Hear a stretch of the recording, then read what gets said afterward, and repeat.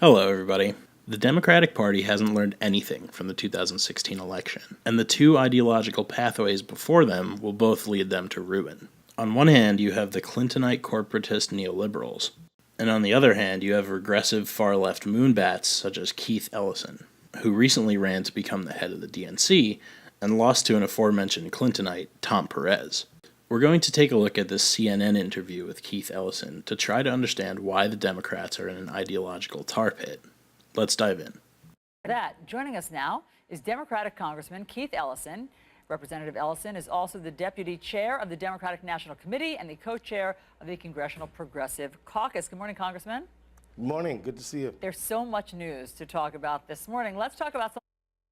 Of course, there's so much news. There's always so much news for the Clinton News Network. That I know you feel particularly strongly about, and we haven't talked about it much this morning, and that is the White House's revised travel ban. To remind people of what this new version looks like, let me just pull up some of the tenets of it. It will exempt legal permanent residents, meaning green card holders. Visa holders also exempt now. It will avoid any priority of religious minorities, as had been in the first one. There'll be a phase-in period, so there won't be the confusion that we had seen at airports. And that ban on Syrian refugees that had been indefinite has now been reduced to 120 days. As we can see, CNN is specifically pointing out that the new travel ban is avoiding prioritizing religious minorities. We can probably expect that Keith Ellison will not accept this line of argument, or fact, as it is. You still don't like it. What's the problem? Well, it starts out with bad intentions. I mean, he campaigned on a Muslim ban. He said that explicitly. We're 10 seconds in, and Keith Ellison is already ascribing motive to Trump's travel ban. One of his deputies, Rudy Giuliani, came out and said, look, he wants to ban Muslims, but he wants to have the lawyer it up so that it passes muster. Yes, Rudy Giuliani did this, but we don't know that Rudy Giuliani speaks for President Trump. We don't know if meetings where President Trump mentioned that he wanted to have a Muslim ban actually took place. All we have is one TV interview that Giuliani gave, and this is his evidence that proves the motive of Trump's ban. So we know the intent of the thing is not changed. But nothing in there. I just want to stop you for 1 second, Congressman, because now, Sure. In terms of the language and in terms of what it sets out to do, maybe originally that was the intention. I hear you. He did say that. But now it has gone through different iterations, and there isn't anything about Muslims in it. So, look, it's changed. It has changed, but it's not changed to the point where it's no longer intended to harm. There is no point to which this executive order could change where Keith Ellison would say that it isn't intending to harm a specific religion. That's because Keith Ellison has already determined that this is motivated to harm members of a specific religion. In essence, what he's saying is unfalsifiable, and he doesn't even know it. And block people based on their religion. Here's the thing.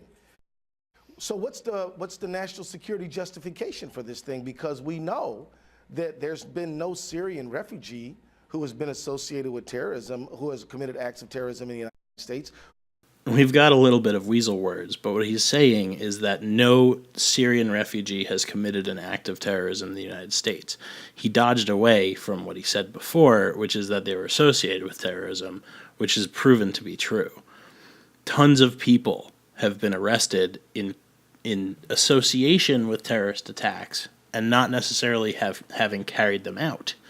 That doesn't mean that there's no national security benefit to a policy like this. We know that there are countries, if you look at the 3 countries where terrorists came from and committed acts of terrorism in the United States, it's Saudi Arabia, UAE, and Egypt. They're not on the list. He's correct here, and I actually agree with him that those countries should also be on the list. But President Trump isn't trying to prevent the past from occurring. It already occurred. He's trying to prevent future events. So the list is actually irrational. So the problem with trying to sort of cleanse it from its original taint is that then you end up with just an irrational policy that doesn't really have any real point other than to, and so that's what we have right now. And then let me also. And there you go. It was irrational. Again, not an argument. Also make one more point, Allison, that I think is key. Right now, East Africa is going through a major drought and famine. Refugees who live there, who literally are dying, starving, and dying of thirst, need to be able to get some relief. Oh, won't we please think of the children? With this ban, those people would be barred. And let me tell you, days count when it comes to drought and famine. I have a lot of people from Somalia in my district, and they have loved ones who are in the middle of this drought. This is one of the biggest messaging problems that the Democrats seem to have. He says that there are people from Somalia in his district. This may be true, but it would be easy to refer to them as Americans and say that they have family in Somalia. Instead, he considers them Somalians first. This concept of nationality extant from the United States coming before your idea of Americanism is one of the problems that people on the right have with the way the leftists are messaging right now. We all are Americans, and we should have uniform American interests. Whether we have sub-interests within that category for our own group is another story entirely, but this kind of identity politics is killing the Democrats. These people are going to be held up because of this irrational ban, which started out as being a very negative thing.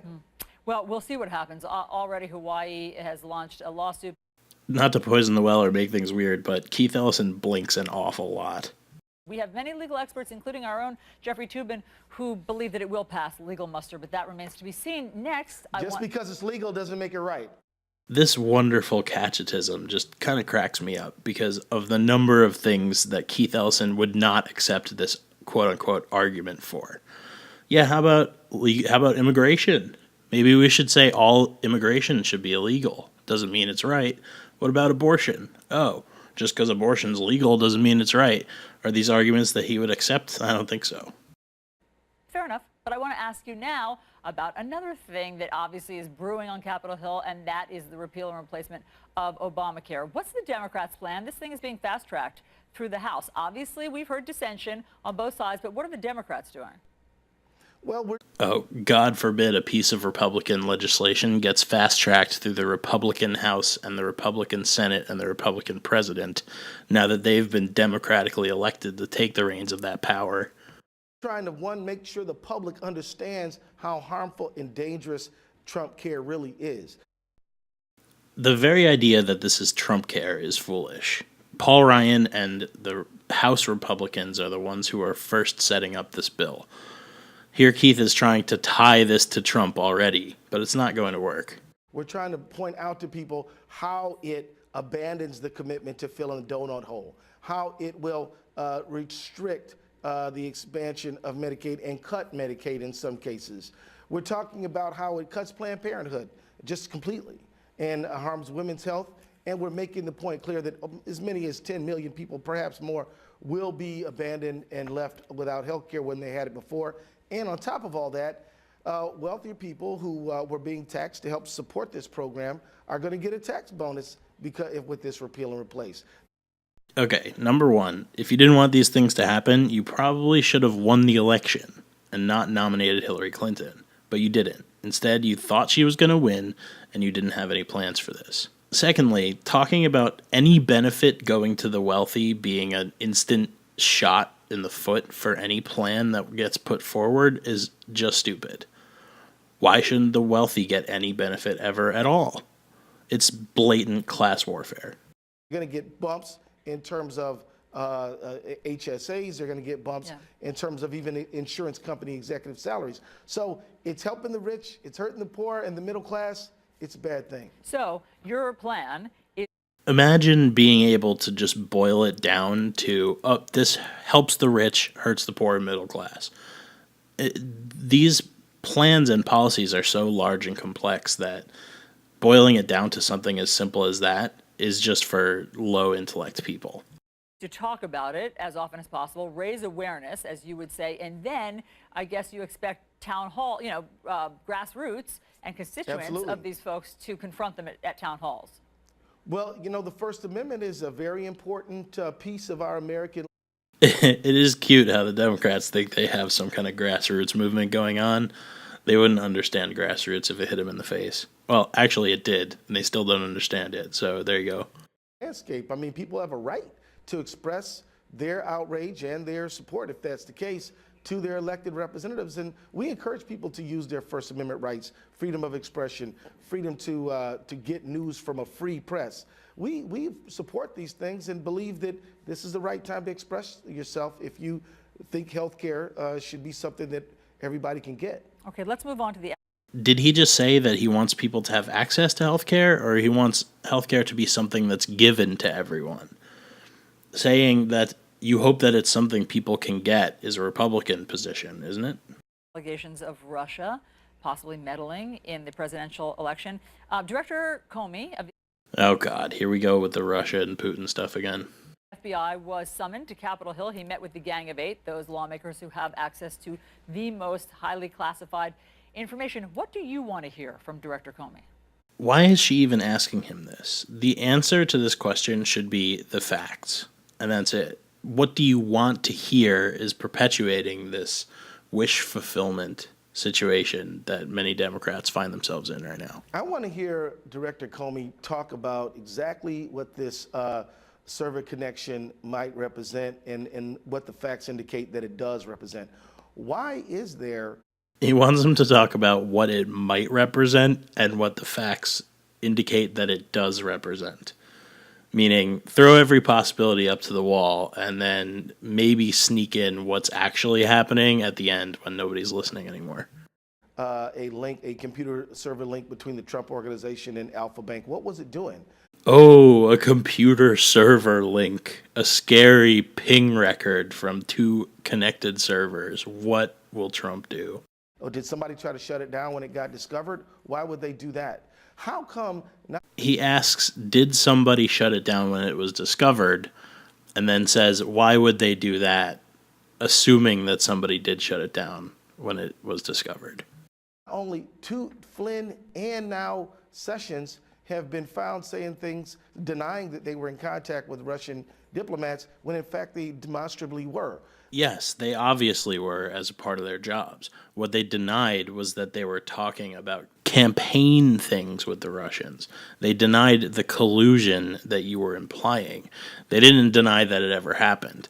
Sessions himself said that he would amend the record to say that, yes, he did meet with a Russian ambassador in his duties as a senator. But when he was asked by Senator Franken, he was merely responding that, no, he didn't have any campaign contact with the Russians. I want to know why they were misrepresenting the truth. You know, we know that they were, but why were they? This is the same thing he did before. He says, we know they were misrepresenting the truth, but why were they? Trying to imply that there's some kind of motive behind it when it never even happened in the first place, and just assuming it as fact, perhaps on a technicality. Denying that they were in contact with Russian diplomats when in fact they demonstrably were. I want to know why they were misrepresenting the truth. You know, we know that they were, but why were they? And these are the things that I think the FBI could shed light on. I hope they're in it for the long haul. I don't think the truth is going to be forthcoming. And because if it were, Mr. Sessions would go back to the committee, as Senator Franken has invited him to do, and clarify exactly what he meant when he denied any contact with Russian with Russia or Russian representatives.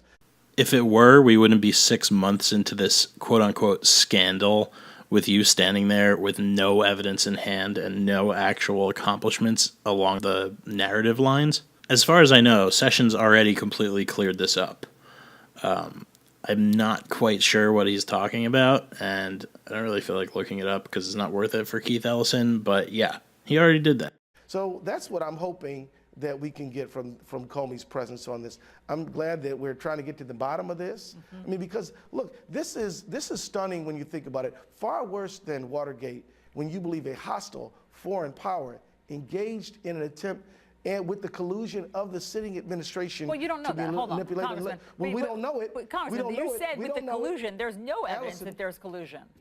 Allison, if people in the Trump administration are having meetings with Russian officials and it is around election time, and we know that there's been Russians wanted to turn this election into a certain direction, those meetings are important. giving credit where credit's due, CNN actually pushed back on him there and said he didn't know it. And then he just went ahead and acted as if he knew it again. He has no leg to stand on at this point, but he's still just blabbing about what he believes. I'm not saying there was collusion. I'm saying that those meetings indicate that there could be, and I think that needs to be investigated. Accusations, speculation, and bullshit.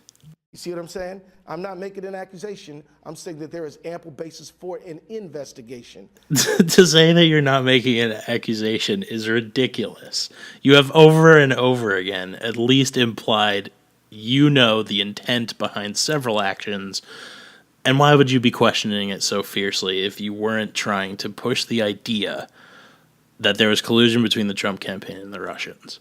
Why would, if you're not making an accusation, then why would you be so fiercely certain of what you're saying? And that is what I think Comey can help clear up right now. Thank you for clarifying that. Congressman Keith Ellison, nice to talk to you this morning. Thank you.